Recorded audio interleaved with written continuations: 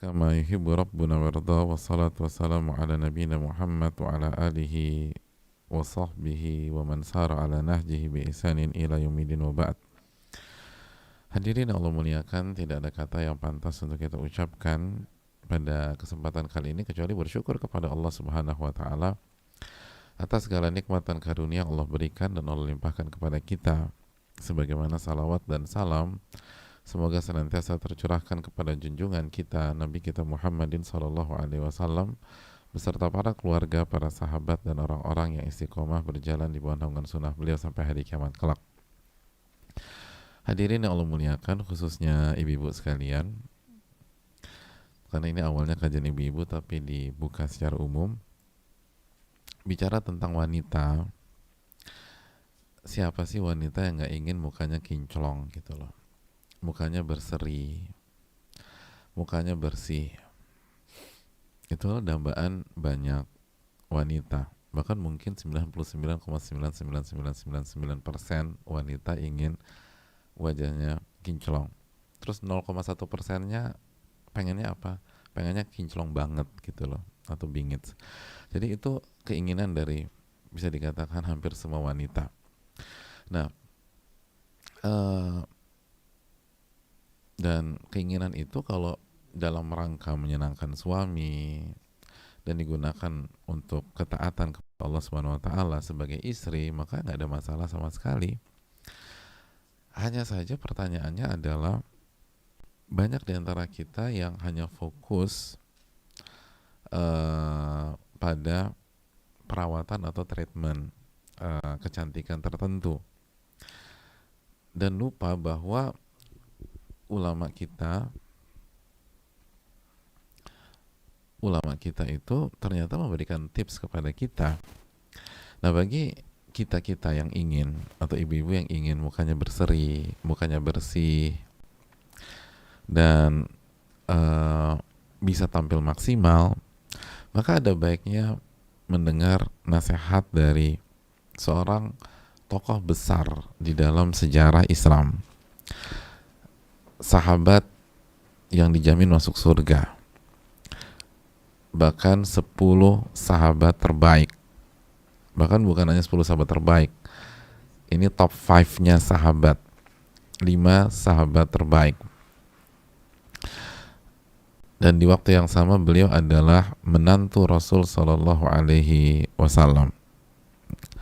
Sudah mengkerucut ya, jadi udah ada gambaran 5 terbaik, lalu menantu Nabi SAW. Kira-kira udah ada gambaran belum siapa beliau?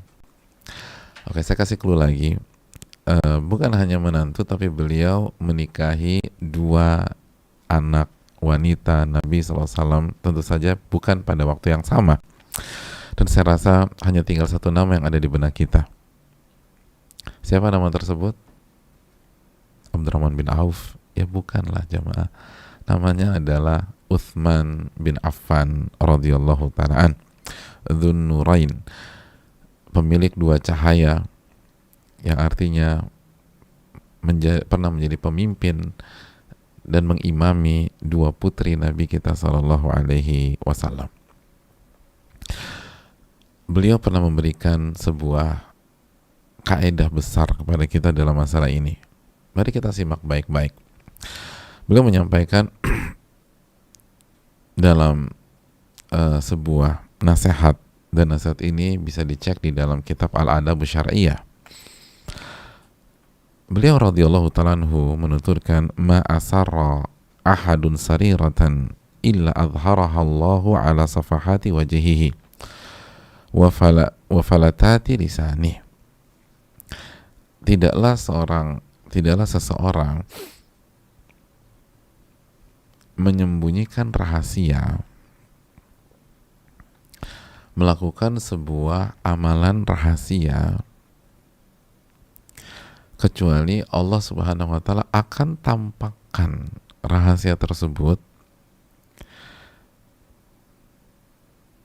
pada wajah dan mukanya. Allah akan perlihatkan rahasia tersebut di wajahnya dan di lisannya secara spontanitas.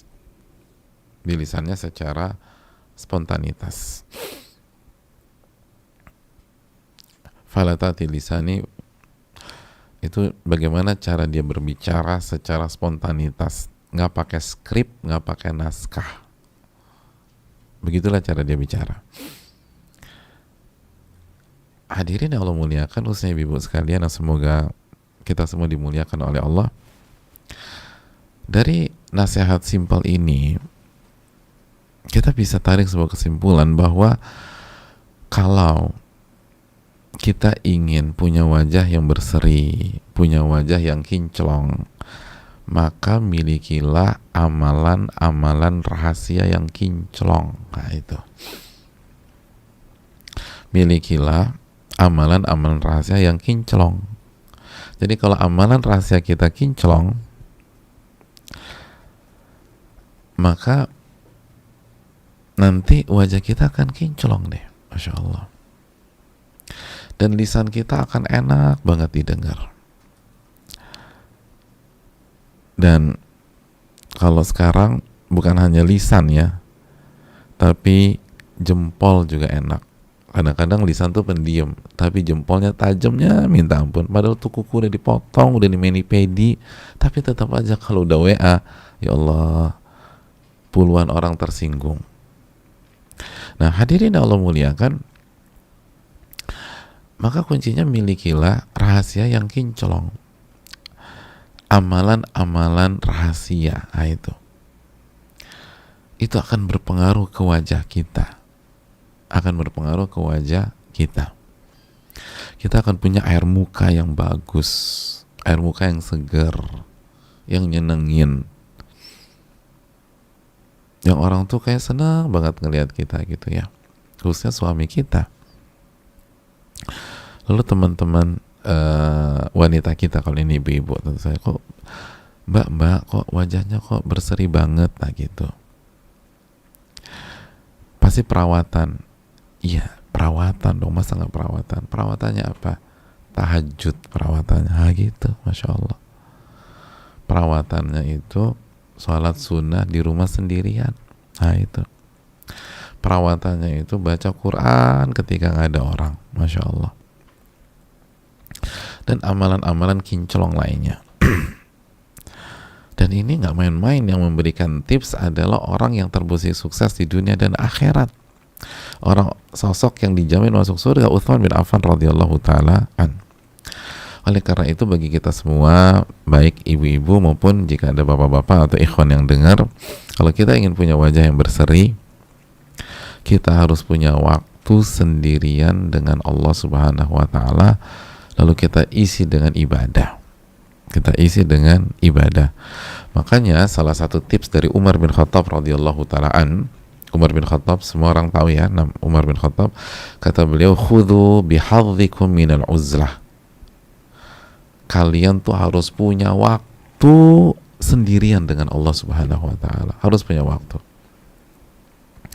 Jangan sampai 7/24 jam selalu bersama makhluk dan bersama makhluk.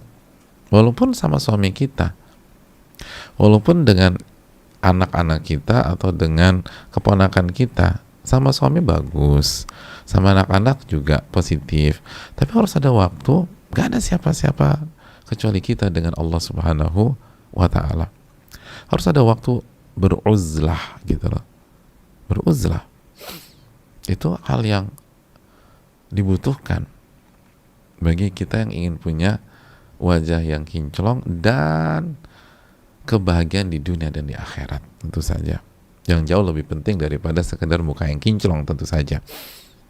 Nah itu kuncinya adalah kita harus punya waktu uzlah. Khudhu bihadhikum minal uzlah. Kalian tuh harus punya waktu sendirian dengan Allah Subhanahu wa ta'ala. Itu hal yang penting. Dalam kesempatan lain juga mengatakan al-uzlatu rahatun min khullatis su'. Bersendirian dengan Allah itu adalah saat-saat yang rohah. Itu saat-saatnya kita istirahat dari orang-orang yang buruk. Karena ketika kita sendirian, sejatinya kita hanya berdua-duaan dengan Al-Muhsin yang maha baik, Ar-Rahman Ar-Rahim yang maha pengasih lagi maha penyayang. Betul, suami kita itu sangat mencintai kita, tapi siapa di antara kita punya suami yang sempurna? Siapa di antara kita punya suami yang nggak pernah nyebelin, yang nggak pernah marah-marah, yang nggak pernah membuat kita sedih gitu ya? Ya namanya suami manusia, sesoleh-solehnya pasti ada waktunya, aduh aku tuh lagi sebel banget sama lakiku misalnya gitu. Padahal sih emangnya lakimu itu eh, jahat? Enggak sih, dia orang yang paling hebat ibadahnya yang pernah aku tahu gitu loh. Tapi yang namanya juga manusia. Tapi ketika kita berkholwat dengan Allah, beruzlah, bersendirian dengan Allah, maka kita sedang bersama zat yang maha pengasih lagi maha penyayang, zat yang maha baik, yang maha bijak, yang gak ada satupun setitik sifat buruk. Makanya rohah itu yang dirasakan para ulama, itu yang dirasakan oleh Umar bin Khattab radhiyallahu taalaan gitu loh. Kita butuh gitu loh. Lalu kita isi dengan apa? Kalau udah berdua-duaan dengan Allah nih, kita isi dengan apa? Loh kok tidur? Jangan. Al Imam Sa'id bin Musayyib, pakar fikih terbaik di masa tabi'in, kata beliau, al-uzlatu ibadatun wa dzikr. Kalau sudah kita punya waktu menyendiri dengan Allah, maka itulah waktu ibadah dan waktu berzikir kepada Allah. Gitu. Itu prime time-nya waktu ibadah dan zikir. Salah satu prime time.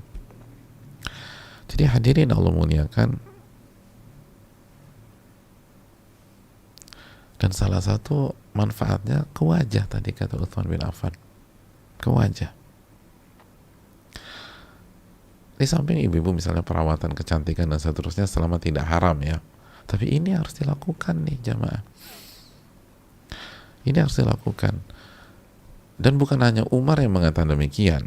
Bukan hanya Sa'id bin Musayyib yang mengatakan demikian. Salah satu murid terbaiknya Aisyah radhiyallahu taala anha. Siapa beliau? Al-Imam Masruq. Al-Imam Masruq pernah menyatakan, innal mar'a lahaqiqun an takuna lahu majalisu yakhlu fiha yadhkuru fiha dhunubahu fayastaghfiru minha.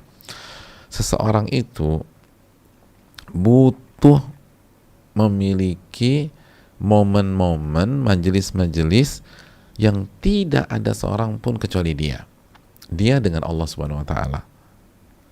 Dan di sana dia mengingat dosa-dosanya. Dan di momen itulah dia beristighfar kepada Allah Subhanahu wa taala. Subhanallah. Itu kata para ulama, itu kebutuhan.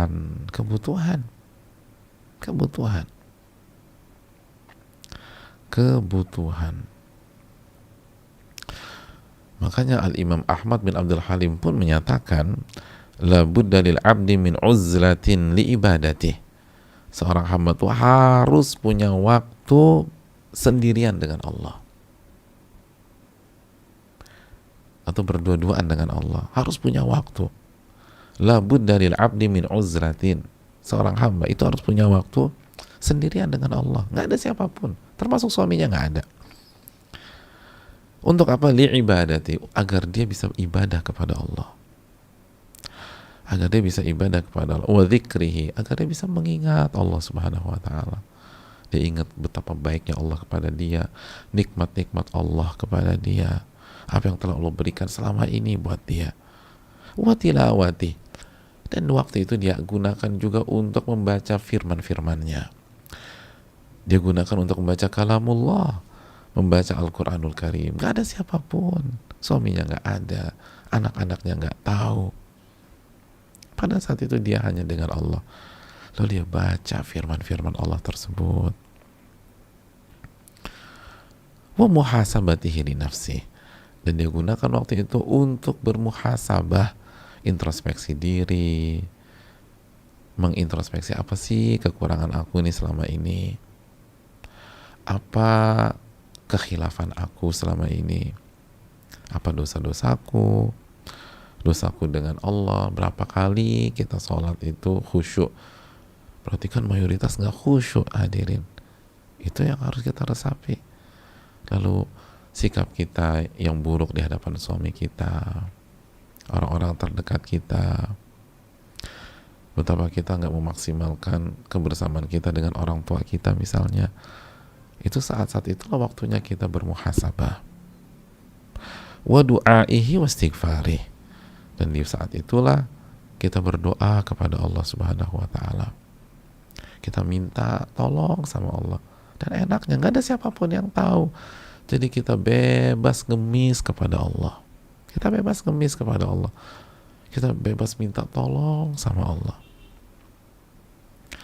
Coba kalau kita lagi doa atau lagi istighfar, tiba-tiba suami kita bangun dan semua kita belum ngaji, kan jadi curiga, kenapa nih bini gue tiba-tiba nangis sesegukan, minta ampun, jangan-jangan kemarin dia melakukan skandal lagi, padahal mah kita minta ampun karena sholat zuhur kita tadi siang gak khusyuk. Kenapa ya bini gue minta ampunnya sesegukan, yang suami kita belum ngaji, udah mikirnya macam-macam. Adapun kita berusaha meresapi ibadahnya orang-orang soleh. Orang-orang soleh kan melakukan dosa kecil aja rasanya mau ketiban gunung, kan begitu. Tapi orang-orang fasik ngerjain dosa besar seperti menghadapi lalat lalu dia usir tuh lalat, sesederhana itu saja. Oleh karena itu hadirin sekalian, pentingnya kita punya waktu untuk beristighfar, untuk berdoa kepada Rabbul Alamin. Gak ada yang tahu, gak ada yang tahu. Wa bu'dihi 'anil syarr wa nahwi dzalik. Dan kita minta agar kita dijauhkan dari keburukan. Oleh karena itu hadirin yang Allah muliakan, makanya nggak heran Al-Imam Ibnul Jauzi pernah mengatakan, masami'tu wa la ra'aitu kal uzlah rahatan wa izzan wa syarafa wa bu'dan anis su' wa anis syarr. Aku tuh nggak pernah melihat dan mendengar ada satupun hal yang lebih merilekskan seorang hamba, rileks, membuat mulia seorang hamba, membuat tinggi seorang hamba, dan membuat seorang hamba itu jauh dari keburukan, jauh dari keburukan, dan terjaga agar dia selamat, dan lebih membuat dia menjaga waktunya dibanding uzlah, dibanding uzlah. Itu tadi. Jadi kata Al-Imam Ibnul Jauzi rahimahullah, itu hadirin, uzlah tadi itu menyendiri dengan Allah, itu yang paling membuat rileks orang hamba, membuat hamba tuh nyaman banget gitu lah jamaah, dan mulia deh, mulia, terhormat, jauh dari keburukan, dijaga agar selamat di dunia akhirat, dijaga waktunya sama Allah, dijaga umurnya. Terus juga kata Ibnu Jauzi ditambah lagi, catat tadi belum disebut, dijaga dari orang-orang yang hasad sama dia, gitu loh.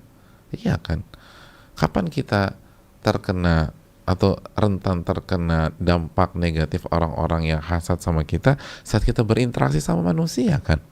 Coba kalau kita nggak berinteraksi sama manusia, hidup kita udah sama Allah aja, udah kita nggak dengar orang ngomongin kita apa, atau kita nggak akan dijegal, kita nggak akan ditunjuk-tunjuk dan seterusnya. Udah enak tuh hidup kayak begitu. Jadi masya Allah ya, subhanallah.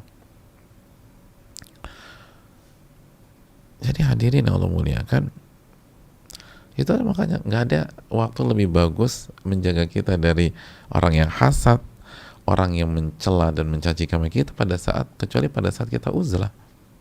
Pada saat kita uzlah. Makanya kan, aku sih uzlah Pak Ustadz udah 2 pekan ini, tapi kenapa aku masih sakit hati aja? Emangnya Mbak waktu uzlah tuh ngapain?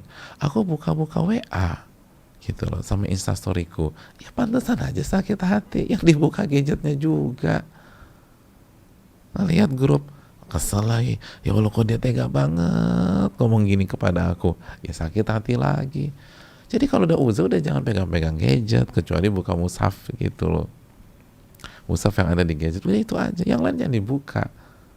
Udah, kita dengan Allah Subhanahu wa taala. Lalu kita pikirkan akhirat, persiapan bertemu dengan Allah Subhanahu wa taala. Itu yang terbaik udah. Jadi ini penting jemaah sekalian. Oleh karena itu tanya diri kita, coba tanya diri kita. Sudahkah kita punya amalan rahasia? Sudahkah kita punya waktu khusus hanya bersama Allah Subhanahu wa taala? Hanya bersama Allah Subhanahu wa taala. Itu kebutuhan. Tadi kita udah jelaskan. Kata Imam Ahmad bin Abdul Halim, itu keharusan. Itu keharusan. Itu keharusan. Kata Ibnu Jauzi tadi, nggak ada yang lebih bagus daripada menyendiri dengan Allah Subhanahu wa taala. Harus ada waktu untuk itu. Kata Imam Masruq tadi, kebutuhan. Itu juga nasihat Umar bin Khattab, harus sediakan waktu sehingga kita punya amalan-amalan rahasia. Itulah hadirin sekalian nasihat dari Nabi kita SAW. Ketika Nabi SAW bersabda, man istata'a minkum an yakuna lahu khiba'un minal amali salih falyaf'al. Barang siapa yang bisa memiliki amalan rahasia yang hanya dia dan Allahnya saja yang tahu, maka rahasiakan amalannya. Man istata'a minkum an yakuna lahu khiba'un minal amali salih falyaf'al. Karena di sini sahih. Di antaranya dikeluarkan oleh Al-Imam Ibnu Mubarak dalam kitab Az-Zuhud, terus juga divalidkan oleh Syekh Albani dalam Sahih Jami' dan lain-lain. Sekali lagi Nabi kita SAW yang menyarankan, barang siapa yang mampu menyembunyikan amal solehnya, maka sembunyikan amal solehnya. Barang siapa yang mampu punya amalan rahasia, maka rahasiakanlah amalannya. Jangan diumbar. Jangan diumbar, jamaah sekalian. Jangan diumbar. Itu hal yang harus kita camkan bersama-sama. Ini penting. Ini sangat penting. Makanya kan jamaah yang Allah muliakan, para ulama kita tuh semangat banget. Al-Hasan Al-Basri pernah mengatakan begini, walaqad adrakna aqwaman ma kana 'alal ardi min amalin yaqdiruna an ya'maluhu fi sirri fayakunu 'ala niyatan abada. Aku tuh ketemu, atau kami tuh ketemu dengan kaum, dan banyak kaum, artinya komunitas orang-orang soleh, para ulama di masa beliau. Kita tahu itu di era beliau adalah era keemasan Islam, yang mereka itu saat mereka mampu merahasiakan amalan mereka, mereka tidak akan buka selama-lamanya. Mereka nggak akan buka selama-lamanya. Jadi kalau mereka mampu menyembunyikan, nggak pernah mereka buka. Artinya ketika mereka memperlihatkan amalan mereka, itu karena nggak ada opsi lain.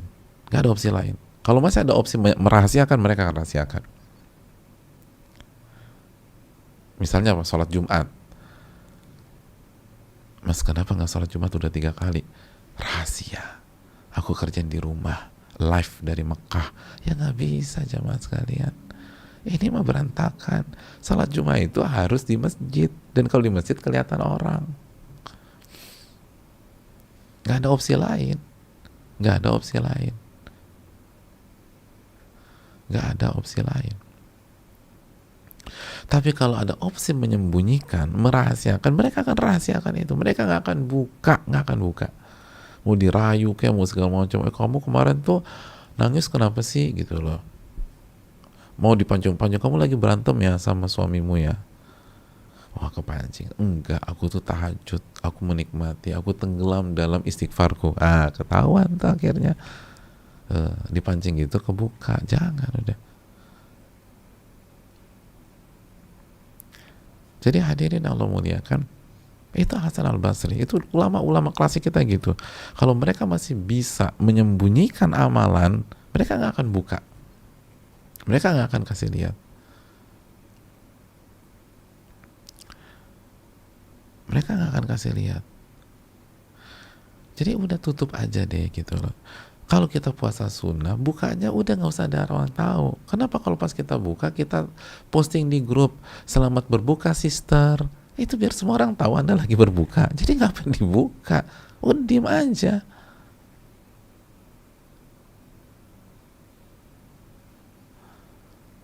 Kalau sahur udah sendirian aja. Nggak usah satu grup tahu. Satu grup WA itu berapa sih isinya? 200 orang. Berapa sih satu grup WA? Tuh 250 orang kurang lebih. Jadi udah semua orang tahu kita lagi sahur. Sekali kita posting, 200 orang tahu kita lagi puasa hari itu. Udah sembunyikan, kenapa sih? Ini itu konsepnya Nabi SAW. Kalau Anda bisa rahasiakan, rahasiakan kata Nabi. Rahasiakan. Rahasiakan hadirin sekalian. Oleh karena itu jamaah yang Allah muliakan, ini yang perlu kita camkan. Jadi awalnya dari wajah yang kinclong, tapi ternyata ini itu perintah Nabi SAW. Sembunyikan, sembunyikan.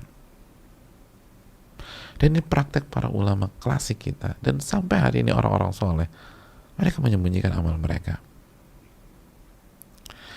Nah hadirin yang Allah muliakan, ternyata khususnya buat ibu-ibu, ternyata ini bukan hanya tentang wajah yang kinclong, ada banyak keutamaan. Nah pertanyaan, apa aja sih keutamaannya biar kita tuh semakin semangat lagi merahasiakan dan menyembunyikan amal ibadah kita. Oke, kita bahas. Yang pertama, selain wajah yang kinclong tadi kata Utsman bin Affan, apa saja yang kita dapatkan kalau kita sembunyikan amalan kita? Yang pertama, menyembunyikan amal soleh itu bukti kejujuran iman kita kepada Allah, bukti keikhlasan kita kepada Allah Subhanahu wa ta'ala, bukti keikhlasan kita kepada Allah Subhanahu wa ta'ala. Dan ini nggak main-main ya hadirin, ini bukti keikhlasan kita kepada Allah Subhanahu wa ta'ala. Jadi kalau kita ingin kalau kita ingin tahu sebenarnya amalanku ini ikhlas apa enggak ya, coba perbanyak sembunyikan amal soleh gitu, perbanyak sembunyikan amal soleh. Makanya Al-Imam Wahab bin Munabbih, salah satu ulama klasik besar, itu memberikan nasihat kepada anaknya. Lihat nih, orang tua kasih nasihat ke anaknya gimana, kita lihat biar ibu-ibu khususnya atau bapak-bapak tahu gimana kasih nasihat ke anak-anak atau kasih nasihat ke keponakan. Kata Wahab bin Munabbih, ya bunai, wahai anakku, nak, akhlis ta'atallahi bisarirah, bisariratin nasihatin yasdukullaha fiha fi'luka fil alaniyah. Nah, ikhlaskan ketaatanmu kepada Allah dengan mengerjakan amalan-amalan rahasia, dengan mengerjakan amalan-amalan rahasia yang hanya engkau dan Allah saja yang tahu. Kenapa demikian? Yasdukullaha fiha fi'luka fil alaniyah. Karena dengan engkau rajin mengerjakan amalan-amalan rahasia, maka itu membuktikan kepada Allah kejujuranmu pada saat kamu mengerjakan amalan-amalan yang terlihat oleh manusia. Gitu loh. Jadi amalan rahasia kita itu adalah bukti bahwa ketika kita beramal di depan orang itu ikhlas, bukan riya gitu. Itu keikhlasan. Kalau ibu-ibu nih, jadi sholat ibu-ibu ketika nggak ada siapa-siapa, bacaan Al-Quran ibu-ibu kan ketika sendirian di kamar, itu adalah pembuktian bahwa ketika ibu-ibu berhijab, Ibu berhijab karena Allah Subhanahu wa taala, bukan karena sedang hits, bukan karena fashion, bukan karena ingin tampil, bukan karena ingin show off, bukan ingin pamer, bukan untuk mengumbar keanggunan, bukan, itu karena Allah.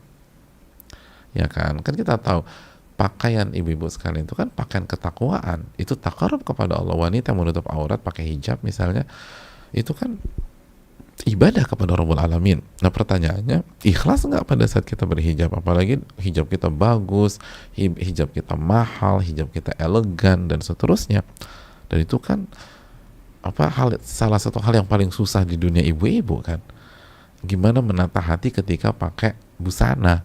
Itu susah banget. Nah, agar kita bisa menjaga keikhlasan pada saat kita berbusana yang baik, yang syar'i, kita harus punya amal rahasia yang bagus. Amal rahasia yang bagus. Kita harus punya zikir yang kuat di waktu malam ketika nggak ada siapapun. Kita harus baca Al-Quran ketika nggak ada siapapun, sehingga terbukti kejujuran kita. Kenapa terbukti kejujuran? Karena kualitas ibadah kita di depan orang dan di belakang orang sama. Nah, itu penting, jemaah. Cara kita menyikapi Allah ketika di hadapan manusia, di hadapan orang, dan ketika nggak ada siapapun sama. Makanya ini bukan tentang wajah yang kinclong, ini pembuktian kejujuran kepada Allah, ini pembuktian keikhlasan kepada Allah. Anda ikhlas nggak selama ini? Kalau ikhlas, Anda harus punya amalan rahasia. Kita harus punya amalan rahasia. Ini sebuah kebutuhan bagi kita, sebuah kebutuhan. Ini bukan sekedar beribadah nggak ada siapapun, bukan. Tapi hadirin Allah muliakan, ini pembuktian.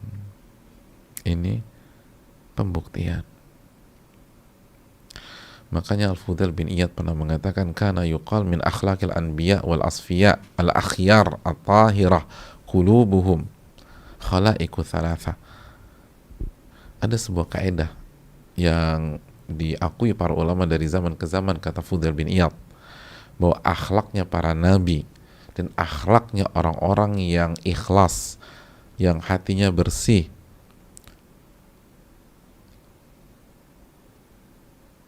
adalah 3 akhlak atau 3 hal.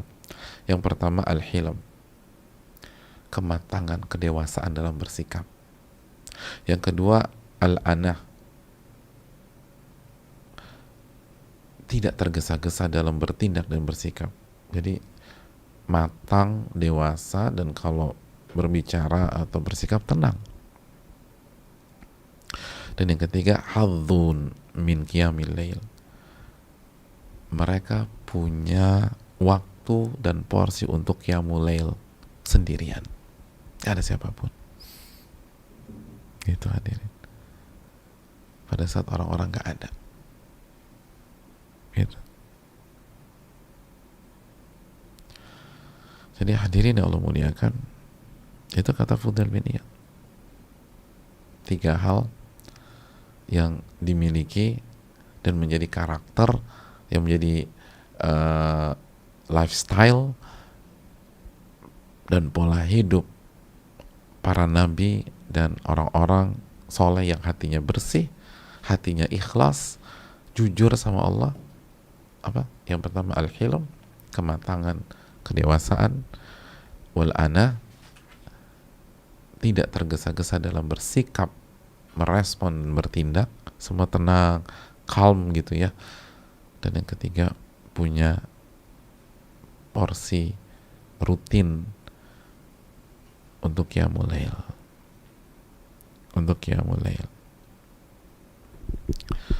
Hadirin Allah muliakan, itu yang perlu kita camkan bersama-sama. Ini itu pembuktian kejujuran dan pembuktian keikhlasan kepada Allah Subhanahu wa ta'ala. Jadi nggak ada alasan untuk tidak segera mencari amalan-amalan rahasia, nggak punya alasan untuk tidak memiliki amalan-amalan yang tidak ada yang mengetahuinya kecuali kita dengan Allah Subhanahu wa Ta'ala. Karena itu adalah hal yang penting sekali bagi kita. Itu hal yang sangat urgent bagi kita, karena kita harus membuktikan. Kita yang harus membuktikan.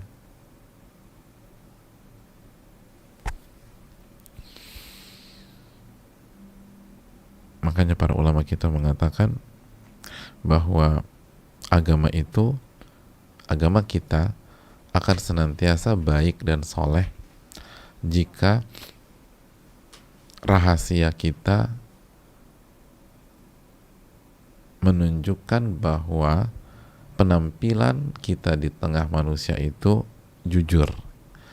Jadi kita punya amalan rahasia yang baik, fungsinya untuk membuktikan kepada Allah bahwa ketika kita berbicara yang baik dan lemah lembut di hadapan orang, ketika kita bersikap baik dan halus di hadapan teman atau di hadapan sesama, itu ternyata itu jujur,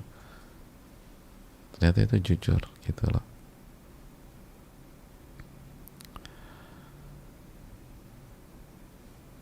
Jadi yang membuktikan sikap kita di depan orang itu kemunafikan atau itu sebuah kejujuran adalah amalan-amalan rahasia kita. Itu hadirin yang Allah muliakan. Baik ketika kita bersama orang-orang terdekat, istri, karena sebagian ulama klasik mengatakan sebagian ulama memasukkan sikap dengan istri itu termasuk amalan rahasia, atau sikap dengan suami dengan pasangan itu termasuk amalan rahasia, maupun ketika tidak ada siapapun, termasuk pasangan kita nggak ada, suami kita nggak ada, dan istri kita pun juga tidak ada. Itu lebih-lebih lagi. Ya. Jadi itu yang perlu kita camkan bersama-sama. Ingin tahu sejujur apa kita dalam hidup? Lihat amalan rahasia kita sekuat apa. Itu enak. Jadi kita bisa buktikan sendiri. Insyaallah ta'ala. Makanya nggak heran wajahnya dibuat kinclong sama Allah, dibuat berseri-seri gitu ya. Pokoknya sejuk aja, walaupun mungkin warna wajahnya itu nggak putih gitu loh, biasa aja, tapi ada keademan gitu loh, orang ngeliat tuh kayaknya sejuk aja, adem aja, pokoknya senang aja sama dia itu. Nah, itu tuh hadirin Allah muliakan. Wallahu ta'ala alam bisawab. Ya, kita lanjutkan. Apalagi nih keutamaan kalau kita punya amalan rahasia dan kita nggak umbar. Yang kedua, ini penting, catat baik-baik. Amalan rahasia itu adalah salah satu sebab yang sangat kuat yang membuat Allah Subhanahu wa ta'ala menjaga diri kita di saat ada ujian besar, ada fitnah besar, dan khususnya musibah paling berat adalah sakratul maut. Itu hal yang perlu kita camkan. Ini kaidah jamaah. Dan sebaliknya, yang membuat kita tergelincir dan hancur di saat-saat ujian berat, fitnah, dan saat-saat mendekati kematian, itu karena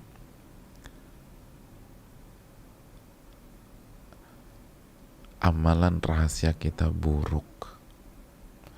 Amalan rahasia kita buruk. Itu. Amalan rahasia kita buruk. Catat baik-baik kaidah Al-Imam Ibnul Qayyim. Kata Al-Imam Ibnul Qayyim, kata beliau, "Adz-dzunubul khafayat asbabul intikasat wa ibadatul khafa aslut thabat." Dosa-dosa yang rahasia itu penyebab orang-orang tergelincir. Dan sebaliknya, ibadah-ibadah rahasia itu yang membuat seseorang kokoh di saat ujian-ujian berat atau fitnah. Gitu hadirin.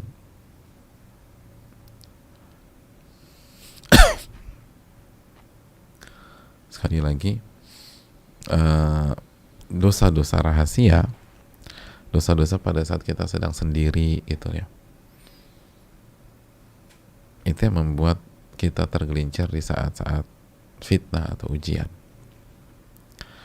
atau di detik-detik terakhir kehidupan kita. Sebagaimana ibadah-ibadah rahasia, aslut thabat, itu dasarnya kekokohan. Saya lupa tadi saya terjemahan apa. Ini terjemahan yang paling tepat. Aslut thabat, asal. Ini pondasinya kekokohan dalam menghadapi ujian besar atau fitnah. Itu jemaah. Makanya apa kata Nabi SAW? Wa inna ahadakum la ya'malu bi'amali ahlil jannah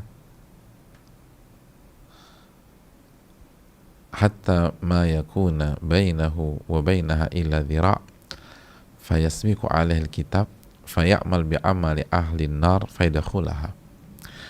Bahwa sesungguhnya salah seorang dari kalian itu mengisi kehidupannya dengan amal-amal ahli surga, amal-amal ahli surga, sampai jarak antara dia dengan kematiannya tinggal zero aja gitu loh. Sebentar lagi meninggal.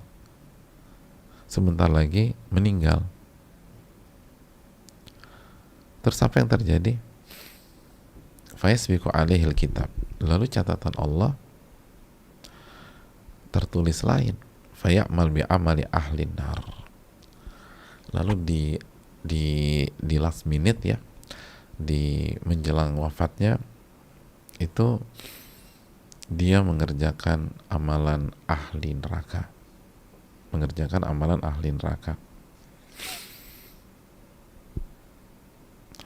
Apa yang terjadi? Fayadkhulaha, maka dia masuk neraka. Gitu jemaah, dia masuk neraka. Puluhan tahun mengerjakan ketaatan, puluhan tahun sholat berhijab, puluhan tahun datang ke kajian, tapi menjelang wafatnya dia mengerjakan amalan ahli neraka, Apa yang terjadi? Dia masuk neraka. Hadirin yang Allah muliakan, kok bisa seperti itu? Itu kan yang kita khawatirkan.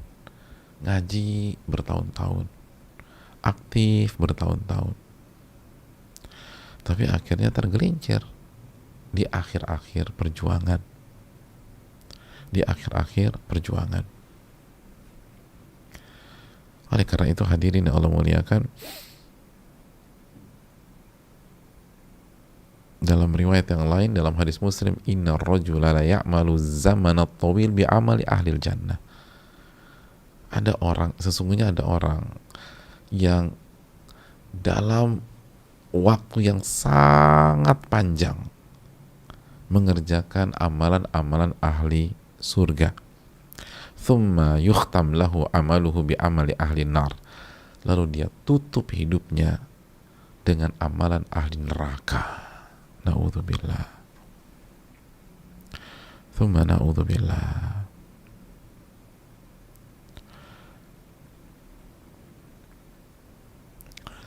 Kok bisa jemaah? Langsung masuk neraka dia. Masuk neraka. Jadi dia bukan, ngaji itu bukan 1-2 kali, bukan 1-2 bulan. Kata Nabi SAW, zamanut tawil, dalam waktu yang lama banget. Az-zamanut tawil, lama. Mungkin 15 tahun ngaji, mungkin 20 tahun, mungkin 30 tahun. Tapi begitu mendekati hari wafatnya tergelincir. Dia kerjakan amalan ahli neraka. Amalan ahli neraka. Dan semua hancur. Semua berakhir. Semua berakhir tragis.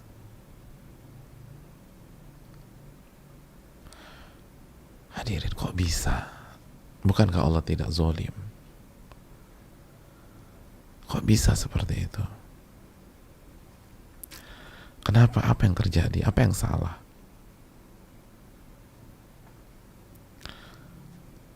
Dan hadis ini sahih. Hadis Bukhari yang sebelumnya adalah hadis Muslim. Hadirin yang Allah muliakan, catat baik-baik. Penyebabnya ada dalam riwayat yang lain. Penyebabnya ada dalam riwayat yang lain. Nabi SAW mengatakan, selama waktu yang panjang tersebut dia mengerjakan amalan-amalan ahli surga itu fi ma yabdulin nas, hanya di depan manusia. Jadi dia baik, dia santun, dia berakhlak mulia, dia jaga lisan, dia sholat, dia kajian, dia jadi panitia atau dia jadi jamaah yang istiqomah fima yabdulin nas, hanya di hadapan manusia. Begitu dia hanya sendirian dengan Allah, berubah. Pada saat dia sedang berkhalwat atau beruzlah, yang diisi adalah maksiat. Gitu. Emang ada yang tahu? Bahkan mungkin suaminya nggak tahu, tapi Allah tahu. Allah maha melihat. Alam ya'lam bi annallaha yara. Tidakkah dia tahu Allah maha melihatnya dan mengetahuinya? Jadi ini bukan kisah tragis. Ini sebenarnya hakikat diri dia, tapi nggak ada yang tahu. Karena teman-temannya pikir, oh ini orang baik, karena mereka nggak pernah tahu apa yang dia lakukan ketika sendirian, terkesan tragis. Ya Allah, tragis banget ya. Kok bisa ya? Selama ini tuh kita ngaji bareng, tiba-tiba jatuh ke dalam jurang dosa, lalu meninggal di sana. Hadirin, Allah tuh nggak zalim. Itu hakikat dia selama ini. Cuman Anda nggak tahu aja. Makanya kan kata Ibnu Rajab itu bahwa penyebab su'ul khotimah adalah dosa-dosa rahasia. Itu penyebab su'ul khotimah. Penyebab meninggal yang buruk itu adalah kita tidak menjaga waktu-waktu rahasia kita dengan Allah. Subhanallah. Oleh karena itu sebaliknya, bahwa kunci husnul khatimah, sekali lagi kunci husnul khatimah adalah punya ibadah-ibadah rahasia. Punya ibadah-ibadah rahasia. Makanya sekali kaidahnya inna min asbabits sabat, sesungguhnya penyebab kokohnya iman, kokohnya diri ini di saat ada goncangan dan musibah atau fitnah, ta'atul khalawati fima bainaka wa bainallah. Ketaatan yang rahasia antara Anda dan Allah saja yang tahu. Wal muhasabah fima bainaka wa baina nafsik, dan suka muhasabah, introspeksi diri, muhasabah antara Anda dengan diri Anda saja dan Allah. Gitu. Baru yang ketiga, wasuhbah as-salihah fima bainaka wa bainan nas. Lalu kalau bergaul, Anda hanya mau bersahabat dengan orang-orang soleh aja. Itu tuh. Itu 3 kunci bisa kokoh walaupun badainya kuat banget. Sekali lagi, yang pertama apa? Ibadah rahasia antara kita dengan Allah. Terus yang kedua, suka muhasabah, suka introspeksi diri, suka ngitung-ngitung dosa dan kesalahan, lalu berusaha diperbaiki. Yang ketiga, kalaupun harus bergaul, kalaupun harus bersosialisasi, kita hanya bersahabat dengan orang-orang soleh. Kita hanya bersahabat dengan orang-orang soleh. Itu yang akan membuat Allah menolong kita pada saat musibah. Wallahu ta'ala alam bisawab. Kita lanjutkan jamaah sekalian. Keuntungan yang ketiga kalau kita punya amalan rahasia. Keuntungan yang ketiga, kita dapat pahala yang banyak, luar biasa. Kita dapat pahala yang sangat banyak dan luar biasa. Hadirin Allah muliakan, Allah berfirman dalam surat Al-Baqarah ayat 271, in tubdus sadaqat fani'immahi. Kalau kalian perlihatkan sedekah kalian selama ikhlas, itu baik. Jadi kalau kita perlihatkan sedekah kita selama ikhlas, ya, itu baik. Wa in tukhfuha wa tu'tuhal fuqara fahuwa khairul lakum. Dan apabila kalian sembunyikan sedekah-sedekah kalian itu, dan kalian tetap berikan kepada fuqara, fakir miskin, fahuwa khairul lakum, itu lebih baik buat kalian. Itu lebih baik untuk kalian. Gitu hadirin. Itu lebih baik untuk kalian. Jadi ayat ini secara gamblang menjelaskan bahwa sedekah rahasia itu pahalanya lebih besar daripada sedekah yang diketahui oleh pihak lain. Jadi itu kalau ngasih itu orang tuh nggak usah sampai tahu, apalagi sengaja dikasih tahu. Tapi kalau kita udah berusaha rahasia, ternyata terungkap, itu nggak ada masalah. Kita udah berusaha rahasiakan, ternyata terungkap, akhirnya kita dipuji, nggak usah khawatir, karena kata Nabi SAW, tilka ajilu busyral mu'min, itu kabar gembira yang Allah segerakan di dunia bagi seorang mukmin. Jadi pujian yang kita tidak undang, pujian yang kita tidak cari, pujian yang kita tidak inginkan, karena kita berusaha menyembunyikan amal soleh kita, tapi kalau Allah singkap, maka itu adalah kabar gembira dari Allah Subhanahu wa ta'ala. Gitu hadirin.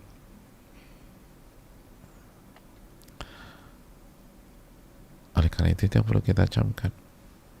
Dan dalam hadis Bukhari, siapa orang-orang yang akan mendapatkan naungan Allah di hari kiamat?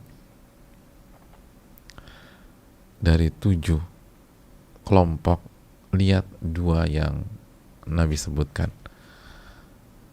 Di antara 7 itu, warujulun tasaddaqa bisadaqatin fa akhfaha hatta la ta'lam hatta la ta'lam shimaluhu ma tunfiku yaminuh.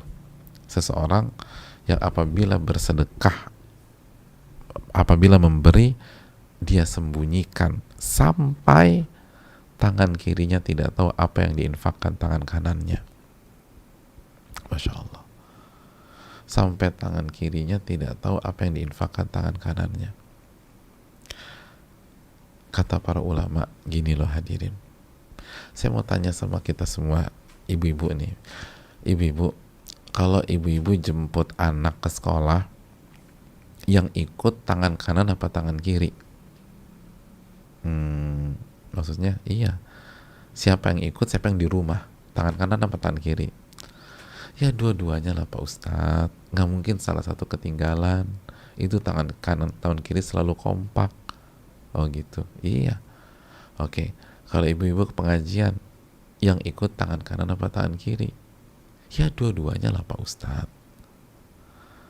Artinya adalah tangan kiri itu selalu setia menemani tangan kanan, dan begitu juga sebaliknya. Dan Nabi mengatakan, hatta la ta'lama shimaluhu ma tunfiku yaminuhu, sampai tangan kirinya nggak tahu apa yang diinfakkan tangan kanannya. Itu menunjukkan bahwa kalau kita ingin dinaungi oleh Allah pada hari kiamat, kita harus punya amalan rahasia.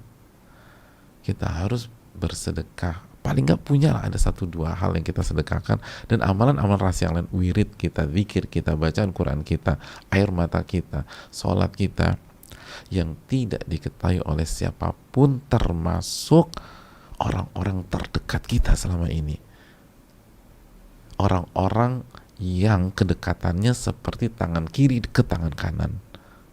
Itu poinnya. Orang-orang yang kedekatannya, kebersamaannya dengan kita seperti kebersamaan tangan kiri dengan tangan kanan. Harus ada sebagian amalan dia nggak tahu, dia tidak tahu. Itu tuh, baru Allah akan kasih naungan pada hari kiamat nanti. Lalu yang terakhir dari 7 golongan itu, warajulun dzakarallah khalian fafadat ainah, seseorang yang berzikir kepada Allah, mengingat Allah khalian, ketika sedang sendiri, khalian, ketika sedang sendirian, lalu air matanya pun menetes dari kedua matanya. Itu yang akan dinaungi oleh Allah pada hari kiamat kelak, yang akan dinaungi oleh Allah Subhanahu wa ta'ala. Seseorang yang berzikir kepada Allah ketika nggak ada seorang pun, hanya dia dengan Allah, lalu air matanya menetes,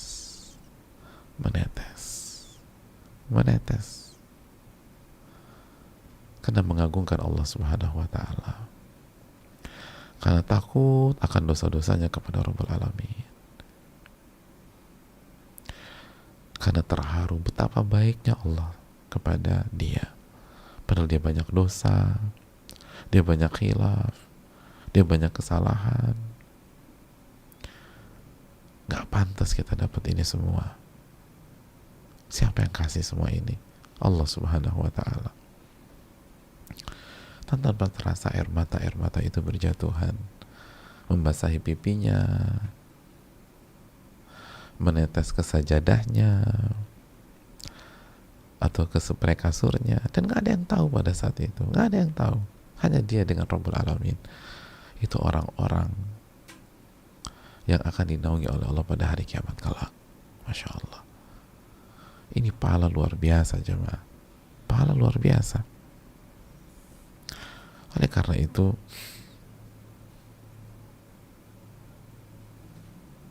sembunyikan rahasia, sembunyikan amal-amal kita, sembunyikan air mata kita. Sayang kalau diumbar, pahalanya besar sekali, pahalanya luar biasa. Wallahu ta'ala alam bisawab.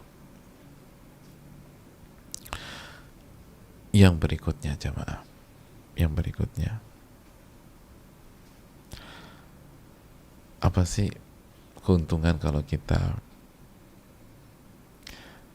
punya amalan rahasia? kata para ulama, dan ini nggak kalah pentingnya, amalan rahasia itu pembersih hati dan yang membuat hati kita istiqomah. Pembersih hati. Kita nih yang punya hati kotor, yang punya hati suka hasad, yang punya hati susah banget berubah, yang punya hati pesimis, yang mentalnya tuh nggak kuat gitu ya, yang punya hati sombong, punya hati sombong, yang bosi,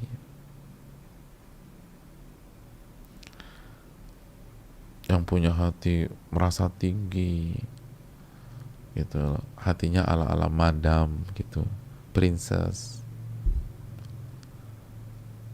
terus jatuh lagi. Salah satu caranya amalan rahasia.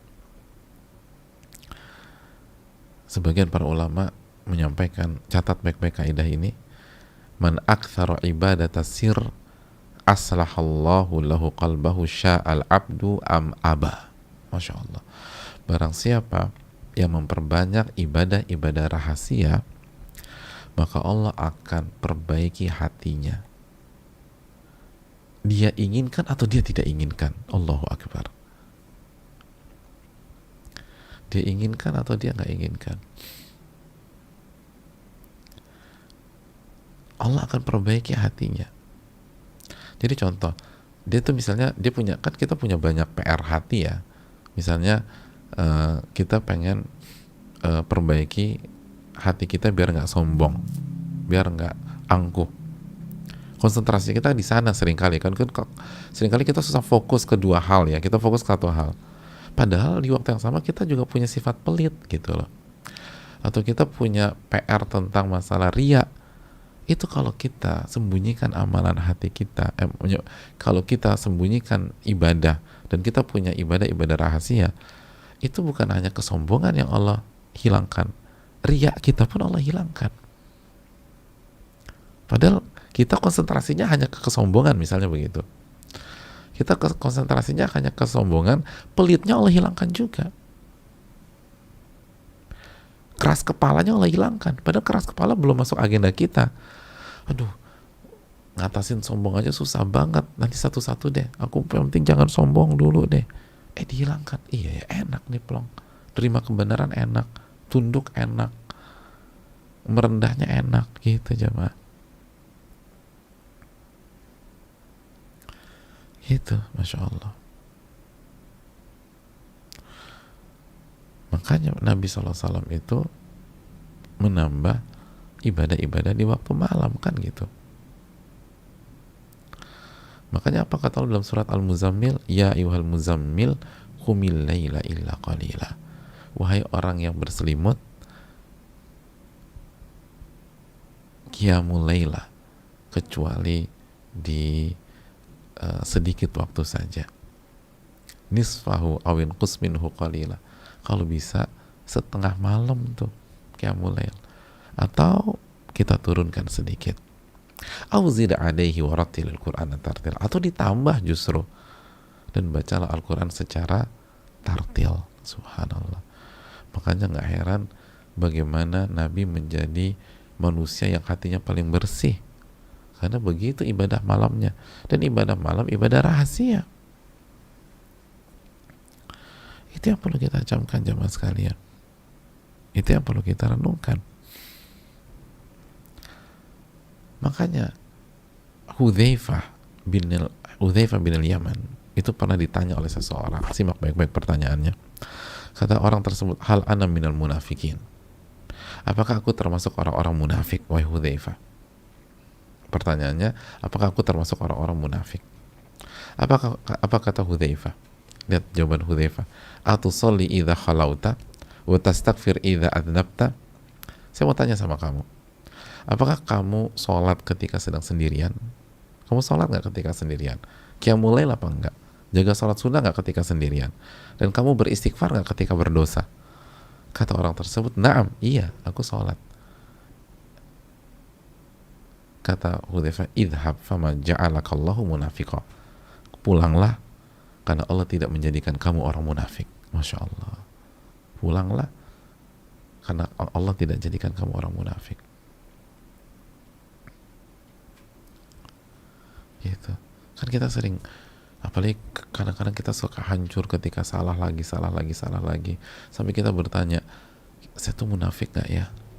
Nah ini cara ceknya, punya amalan rahasia nggak? Punya amalan rahasia nggak? Orang-orang munafik itu nggak punya amalan rahasia. Kenapa? Karena orang munafik itu Allah jelaskan dalam surat An-Nisa 142, yura'unan nas wa la yadhkurunallaha illa qalila. Mereka itu sukanya pamer di hadapan manusia, riya di hadapan manusia.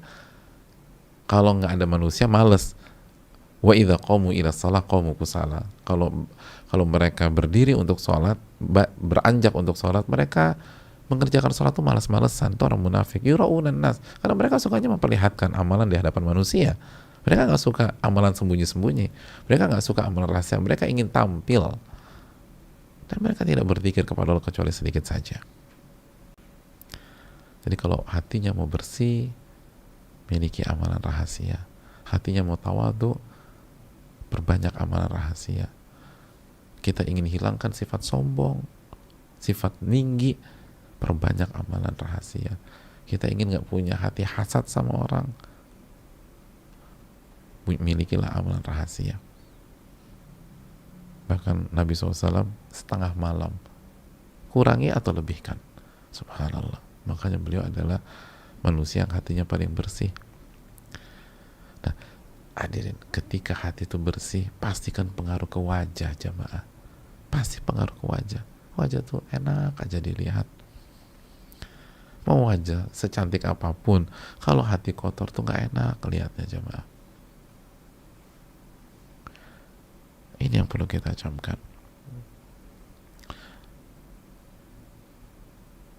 Perbanyak koleksi kita dari amalan-amalan rahasia. Ini yang bisa disampaikan, semoga bermanfaat, dan kita buka sesi tanya jawab. Wassalamualaikum warahmatullahi wabarakatuh.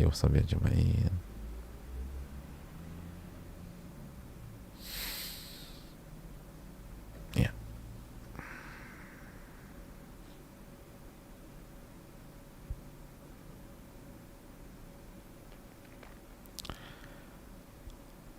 Pertanyaan pertama, Bismillah, Assalamualaikum warahmatullahi wabarakatuh. Waalaikumsalam warahmatullahi wabarakatuh. Semoga Allah selalu menjaga Ustadz, keluarga, dan kaum muslimin dalam kebaikan di dunia dan akhirat. Amin ya rabbal alamin. Semoga Allah mengikhlaskan Ustadz dalam setiap amal soleh dan menjaga kebersihan hati Ustadz. Amin ya rabbal alamin. Makasih banyak. Semoga Allah memberi Anda petunjuk melalui Ustadz. Amin ya rabbal alamin. Dan begitu juga doa yang sama kepada penanya. Semoga dijaga dan semoga dijaga juga keikhlasan penanya dan kita semua, dan juga buat jamaah semua. Ustadz, saya berharap sekali bisa duduk lagi secara langsung di majelis ilmu. Rasanya sangat beda jika kajian online begini untuk beberapa bulan terakhir. Setuju saya, beda rasanya. Qadarullah juga selama masa pandemi ini saya berada di rumah yang mana kurang mendapatkan support untuk meningkatkan kualitas dan kuantitas ibadah. Karena sebelumnya saya tinggal di asrama, saya tenggelam dalam kelalaian, banyak maksiat dan tidak takut melakukan dosa. Saya menikmati lagi mendengarkan lagu-lagu. Namun kemudian saya berusaha berdoa dan meminta ampun kepada Allah. Tapi lagi-lagi saya merasa tidak mampu menahan syahwat buruk saya. Hal ini membuat saya kesulitan bangun tahajud. Bahkan untuk bangun subuh aja sangat sulit. Sudah lama saya tidak mendengar adzan subuh secara langsung. Dan hari ini saya bangun kesiangan, jam 7:30. Orang tua saya selalu tidur tengah malam, jadi memang terkadang suka kesiangan juga. Biasanya saya juga membangunkan, namun untuk beberapa bulan belakangan saya sulit sekali bangun sebelum subuh. Sekarang saya sedang out dari beberapa sosial media karena ingin membersihkan hati dulu. Ustadz, mohon nasihatnya, saya sangat lelah dalam keadaan seperti ini. Jazakallah khairan. Ustadz, sehat selalu ya. Semoga selalu Allah berikan kesempatan untuk menyebarkan ilmu dan kebaikan untuk kami semua. Barakallahu fiik. Wa iyaki, terima kasih atas nasihatnya kepada saya. saya sangat hargai dan semoga Allah mengijabah doa-doa kita. Yang pertama, memang cukup fatal ya kesalahannya, kita kesiangan subuh, apalagi subuh bangunnya jam setengah 8. Namun di sisi lain saya melihat tanda kebaikan dari pertanyaan ini, karena hanya orang yang berusaha jujur dan berusaha ingin berubah yang berani bertanya seperti ini, berani ngaku sholatnya bangunnya jam setengah 8. Dan ini insya Allah awal dari pertaubatan, awal dari kebaikan. Maka jujurlah sama Allah Subhanahu wa ta'ala. Terus amalkan surat Al-Fatihah lah jamaah. Iyyaka na'budu wa iyyaka nasta'in. Hanya kepada Allah, hanya kepada Engkau kami beribadah, dan hanya kepada Engkau kami meminta pertolongan. Jadi minta tolong sama Allah gitu loh, agar Allah bangunkan kita tepat waktu. Minimum subuh bangun, syukur-syukur bisa tahajud dulu, minta tolong gitu loh. Sebelum tidur tuh angkat tangan, minta tolong sama Allah Subhanahu wa ta'ala. Tolong ya Allah bangunkan hamba, ya Allah tolong bangunkan hamba. Dan keluarkan air mata kita, nangislah sama Allah, biar Allah tolong kita, biar Allah lindungi, biar Allah bantu kita. Kita ini seringkali lupa minta tolong sama Allah. Padahal Allah berfirman, ud'uni astajib lakum, minta kepada aku akan kabulkan. Jadi kadang-kadang kita tuh minta tolong hanya untuk urusan dunia. Untuk ibadah minta tolonglah kepada Allah. Dan ngemis gitu minta tolong, tolong ya Allah, tolong ya Allah, tolong bangunkan saya untuk tahajud dan qiyamul lail. Lalu bangunkan saya untuk subuh. Coba deh, andalkan dulu Al-Qadir, andalkan dulu Al-Qawi sebelum kita andalkan backer kita. Karena kalau Allah Subhanahu wa ta'ala ingin kita bangun, itu nggak pakai backer juga bangun jamaah. Bahkan duluan kita yang bangun daripada backernya yang bangun gitu. Backernya baru bunyi setelah 10 menit kita bangun, jadi duluan kita yang bangun daripada tuh backer. Kenapa? Siapa yang bangunkan? Allah Subhanahu wa ta'ala. Jadi andalkan Allah Subhanahu wa ta'ala. Itu yang penting. Terus yang kedua tadi, perbanyak amalan rahasia. Ini kajian kita. Amalkan kajian kita. Amalkan kajian kita. Karena ini penanya pertama, ini kita baru mulai 5 menit kajian udah nanya, Masya Allah, semangat. Jadi tinggal diamalin kajian kita sekarang. Terus yang tadi ingat, kalau bergaul hanya bersahabat dengan orang-orang soleh yang berusaha menjaga kesolehan, itu penting. Perbanyak istighfar sama Allah, istighfar. Insya Allah bisa. Udah banyak orang yang berhasil Allah tolong ketika dia bertawakal kepada Allah. Ingat, wa man yatawakkal 'ala Allah fahuwa hasbuh. Barang siapa yang bertawakal kepada Allah akan cukupkan. Baru setelah bertawakal minta pertolongan sama Allah, baru kita ikhtiar, kita pasang backer. Kalau nggak bisa 1, 2, kalau nggak bisa 2, 3. Terus kita minta tolong teman-teman kita, tolong bangunin gue ya, lo miss call gue sampai gue bangun gitu. Minta tolong. Kalau orang rumah nggak bisa, teman suruh miss callin terus. Dan kalau ternyata ringtone-nya nggak kencang, ya harus beli backer. Cari backer yang paling kencang gitu loh. Cari backer yang paling kencang. Apalagi kan di asrama ini enak, udah pasang backer yang paling kencang. Kalaupun kita nggak bangun, teman sekamar kita yang bangun dan ngebangunin kita, bangun, kok nih keganggu tahu, gitu akhirnya, oh iya bangun juga, gitu loh. Kalau teman kamar kita bangun, teman kamar sebelah kalau yang bangun juga, Masya Allah. Jadi kita bangunin satu lantai, ya Allah ta'ala bisa. Jadi intinya berusaha, berikhtiar, tapi tawakal sama Allah. Dan memang beda, datang langsung kajian dengan ini beda, tapi ini yang bisa kita lakukan. Ya udah, fattaqullaha mastata'tum, bertakwalah kepada Allah semampu kalian. Dan kita jangan buka pintu buat si syaitan. Nanti syaitan goda lagi, ya beda, jadi nggak usah kajian online, nanti aja nunggu ketika kajian di masjid dibuka kembali. Akhirnya kita nggak ngaji futur, kita down, dan akhirnya kita tenggelam dalam dosa. Jadi walaupun beda, tetap kajian online. Karena hanya ini maksimal, ikhtiar maksimal yang bisa kita lakukan. Wallahu taala bisa, mungkin itu.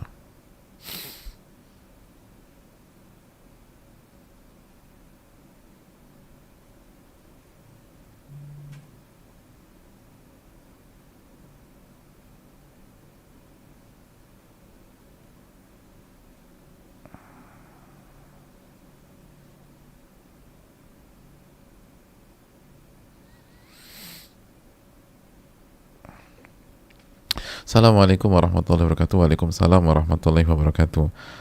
Ustadzuna Muhammad Nuzul Fikri hafidhakumullah wa iyyak. Semoga Allah menjaga penanya juga, yang semoga dirahmati oleh Allah Subhanahu wa taala beserta keluarga dan umat muslim di seluruh dunia. Amin ya rabbal alamin. Begitu juga dengan yang bertanya. Afwan, mohon izin bertanya kepada Ustadzuna. Silahkan. Beberapa hari yang lalu ada yang menuduh saya sebagai pihak ketiga dalam hubungan rumah tangga orang, dikarenakan suaminya di hari itu bertanya tentang jualan saya. Saya sebagai penjual hanya melayani customer saya dengan baik dan ramah, pelayanan sesuai syariat dan fast respon dalam melayani customer. Namun istrinya menuduh saya wanita ketiga di hubungan mereka. Saya tidak kenal mereka berdua sama sekali, tapi mereka mengenal saya. Namun di saat itu juga istrinya berkata kata-kata yang tajam, tuduhan dan tudingan. Lalu saya menjelaskan suaminya menghubungi saya hanya sekedar perihal jualan saya, dan situ pula saya tidak membalas hujatan sang istri, karena saya lebih better membalas dengan hal baik. Ya, better nggak perlu pakai lebih lagi kali ya. Saya lebih better ya. Saya lebih better membalas dengan hal baik dan berusaha melemahkan hawa nafsu saya sendiri biidznillah, karena saya single parents dan penjual di online shop. Apakah tindakan saya sudah betul? Wahai Ustadz, jazakallah khairan Ustadzana, barakallahu fikum, barakallah wa iyyak. Terima kasih atas pertanyaannya. Begitu juga penanya pertama, jazakallah khairan atas pertanyaannya. Jawabannya, alhamdulillah sudah benar. Jangan direspon. Masih ingat kajian Riyadhus Shalihin kita, khudhil afwa wa'mur bil urfi wa'arid anil jahilin. Maafkan dan terus mengajak kepada kebaikan, dan berpalinglah dari orang yang bersikap bodoh. Orang yang bersikap bodoh, menuduh orang sebagai pihak ketiga tanpa bukti, itu kan sikap yang bodoh, hadirin sekalian. Jadi nggak usah direspon. Itulah surat Al-A'raf ayat 199. Khudil afwa, maafkan. Tetap ajak yang baik dan berpalinglah. Jadilah hamba-hamba Allah. Hamba-hamba Allah, masih ingat dalam surat Al-Furqan ayat 63 kalau nggak salah ya. Wa ibadur rahmanil ladzina yamshuna 'alal ardi hauna, dan hamba-hamba Ar-Rahman yang berjalan di atas permukaan bumi dengan kerendahan. Wa idza khatabahumul jahiluna qalu salama. Dan orang-orang yang apabila diajak bicara oleh orang yang bersikap bodoh dan berkata-kata bodoh, mereka merespon dengan baik, nggak terprovokasi, tidak terprovokasi. Sama seperti ucapan Utsman bin Affan, barang siapa yang membuat sebuah amalan rahasia, maka akan terlihat di wajahnya yang berseri dan lisannya, gitu loh. Lisan itu cerminan hati seseorang. Jadi kalau orang lisannya sumpah serapah, tajam dan seterusnya, padahal juga nggak benar. Benar aja nggak boleh begitu, apalagi nggak benar. Maka itulah kualitas hati seseorang. Nah, kita jangan terpancing. Kita berusaha menata hati, gitu loh. Ingat para ulama. Kita sudah sempat sebutkan Ibnu Sahnun misalnya, ketika dicela, dicaci maki orang, beliau hanya mengucapkan jazakallah khairan. Itu aja udah, jazakallah khairan. Itu para ulama kita. Udah, jangan terprovokasi. Udah benar, alhamdulillah. Dan juga ingat, Allah maha melihat dan maha besar Allah subhanahu wa ta'ala. Itu poinnya. Dan ingat, Allah akan memberikan kita pahala besar, dan Allah akan semakin sayang sama kita. Innallaha ma'as sabirin. Sesungguhnya Allah bersama orang-orang yang sabar. Alhamdulillah.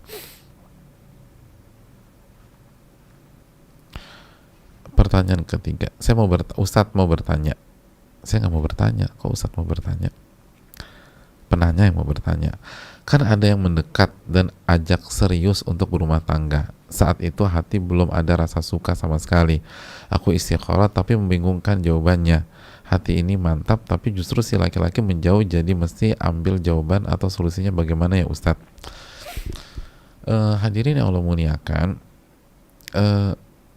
setelah kita istikharah, lalu tugas kita tinggal berikhtiar semaksimal mungkin. Lalu lihat Allah dekatkan atau Allah jauhkan, Allah mudahkan, lancarkan, atau Allah palingkan. Kalau Allah mudahkan, lancarkan, berarti insya Allah itu jawaban dari istikharah kita.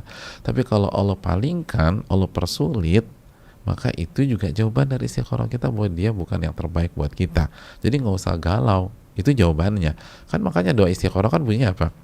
In kunta ta'lam anna hadzal amra khairun li fi dini wa ma'ashi wa akibati amri ajili amri wa ajili faqdur huli, wujudkan dan takdirkan ya Allah, wasir huli, mudahkan, terus tsumma barik li fi, lalu berikan keberkahan. Jadi kalau ini yang terbaik, mudahkan, mudah prosesnya. Tapi kalau ini buruk, kita fasrifu anni, kita minta ya Allah palingkan dia dariku, wasrifni anhu, palingkan aku dari dia. Jadi ketika dia berpaling atau kita berpaling, itu berarti jawaban ini bukan yang terbaik. Allah Ta'ala bisa mungkin itu.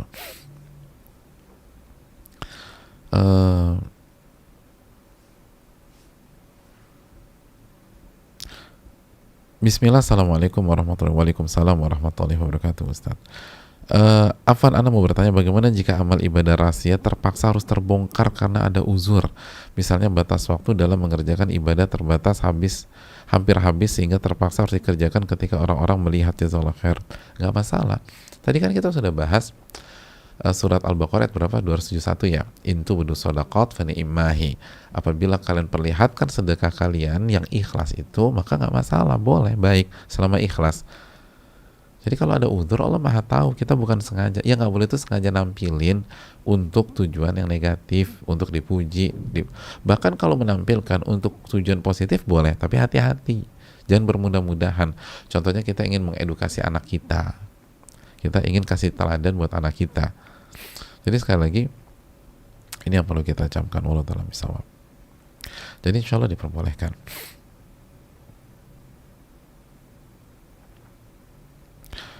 Suami setiap bulan selalu mentransfer uang ke rekening istri. Apakah uang tersebut boleh digunakan oleh istri untuk bersedekah tanpa sepengetahuan suami?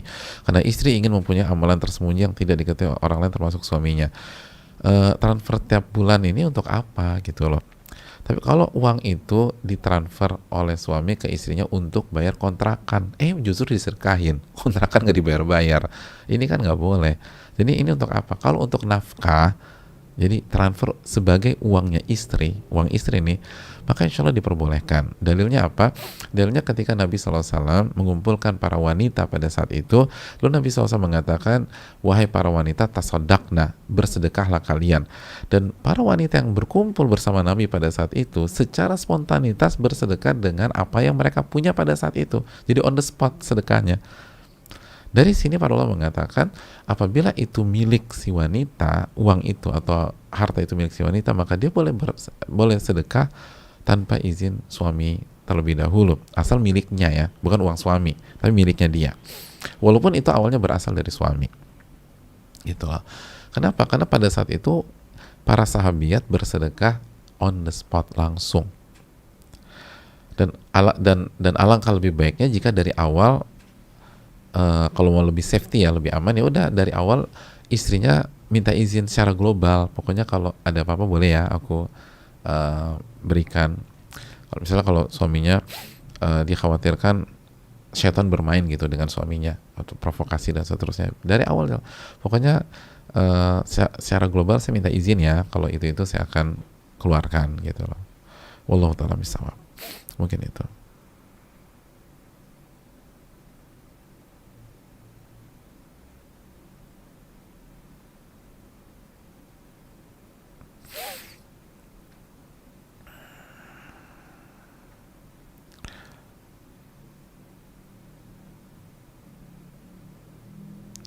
Assalamualaikum warahmatullahi wabarakatuh. Waalaikumsalam warahmatullahi wabarakatuh. Semoga Allah subhanahu wa ta'ala senantiasa menjaga dan memberkahi Ustadz, keluarga, dan seluruh kaum muslimin dimanapun berada. Amin ya rabbal alamin. Begitu juga penanya. Mohon maaf, izin bertanya Ustadz, terkait menyembunyikan, merahasiakan amal soleh kita. Apakah ketika kita share catatan kajian yang rutin kita ikuti termasuk menampakkan amal soleh kita? Apa baiknya catatan kajian cukup kita keep dan amalkan sendiri sebagaimana amalan rahasia? Syukron wa jazakallahu khairan Ustaz. Terima kasih atas pertanyaannya. Yang pertama, ini penting, kalau maksudnya share catatan secara umum, maka ini bukan hanya berkaitan dengan amal rahasia, tapi adabnya kita harus minta izin sama guru kita atau ustadz kita, karena di share secara umum. Itu adab dalam dunia ilmu. Bahkan dulu saya ingat banget, ada salah satu teman sekelas itu catatannya komplit banget dalam ilmu usul fikih, lalu saking komplitnya di share ke kita semua, bahkan bukan hanya buat kita ke adik kelas kita juga. Begitu syekh kita tahu, hafizahullah ta'ala, beliau tuh tegur, kalau ingin men-share secara umum tolong kasih ke saya dulu, karena bisa jadi tulisan Anda tuh salah, karena ini udah secara umum, kalau salah semuanya salah. Tapi kalau misalnya share-nya hanya ke 1-2 pihak, ke terbatas lah teman kita atau pasangan kita atau sahabat kita, udah 1-2 orang aja, maka insya Allah nggak ada masalah sama sekali, dan ini tidak termasuk menyembunyikan amal, karena namanya majelis ilmu kan memang terlihat gitu loh. Majelis ilmu memang terlihat. Wallahu ta'ala misal, mungkin itu. Wallahu ta'ala. Ya. Saya rasa cukup sampai di sini. Terima kasih banyak atas atensi dan perhatian, dan mohon maaf tidak semua pertanyaan bisa terjawab, tapi insya Allah yang bertanya sudah mendapatkan pahala bertanya, karena bertanya tuh juga ada pahalanya jamaah sekalian, karena mengamalkan perintah Allah, fas'alu ala dzikri in kuntum la ta'lamun, bertanyalah kepada ahli ilmu jika kalian tidak mengetahui, dalam surat Al-Anbiya ayat 7. Jadi insya Allah walaupun tidak terjawab karena keterbatasan ilmu saya dan keterbatasan waktu juga, tapi yang bertanya insya Allah sudah mendapatkan pahalanya. Terus semangat, makasih banyak, semoga bermanfaat khususnya bagi yang berbicara maupun yang mendengarkan, dan semoga bisa diamalkan. Mulai sekarang perbanyak amalan-amalan rahasia, karena ini penting banget, dan kita minta kepada Allah agar Allah memberikan kita ilmu bermanfaat dan menjauhkan dan menjaga kita dari ilmu yang tidak bermanfaat, dan semoga Allah menerima amal ibadah kita. Rabbana taqabbal minna, Allahumma inna nas'aluka ilman nafi'an wa na'udzubika min ilmin la yanfa'.